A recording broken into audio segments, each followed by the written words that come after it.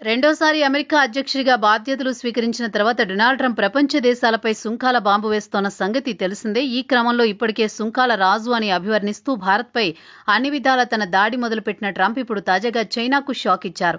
ఇందులో భాగంగా చైనా దిగుమతులపై అదనంగా 100% సుంకాలు విధిస్తున్నట్టు ప్రకటించారు. అమెరికా అరుదైన ఖనిజాలు ఎగుమతులపై చైనా ఆంక్షలు విధించిన నేపథ్యంలో ఆగ్రహం వ్యక్తం చేసిన ట్రంప్ భారీ సుంకాలు విధిస్తానంటూ హెచ్చరికలు చేశారు.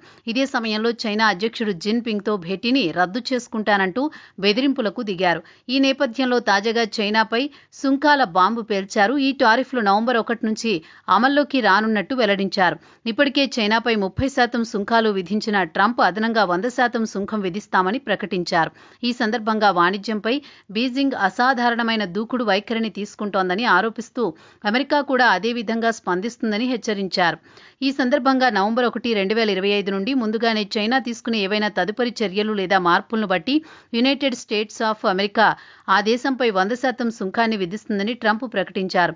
చైనా తాము తయారు చేసే ప్రతి ఉత్పత్తిపైన భారీ ఎగుమతి ఆంక్షలు విధించాలని యోచిస్తోందనే నివేదికల నేపథ్యంలో ఈ నిర్ణయం తీసుకున్నట్టు వెల్లడించారు. ఈ చర్యలు అమలు చేయబడితే ఇప్పటికే ఉన్న సుంకాల వల్ల ఒత్తిడిలో ఉన్న వినియోగదారు ఎలక్ట్రానిక్స్ నుండి ఎలక్ట్రిక్ వాహనాల వరకు దాదాపు చాలా రంగాలపై ప్రభావం చూపుతుందని విశ్లేషకులు అభిప్రాయపడుతున్నారు.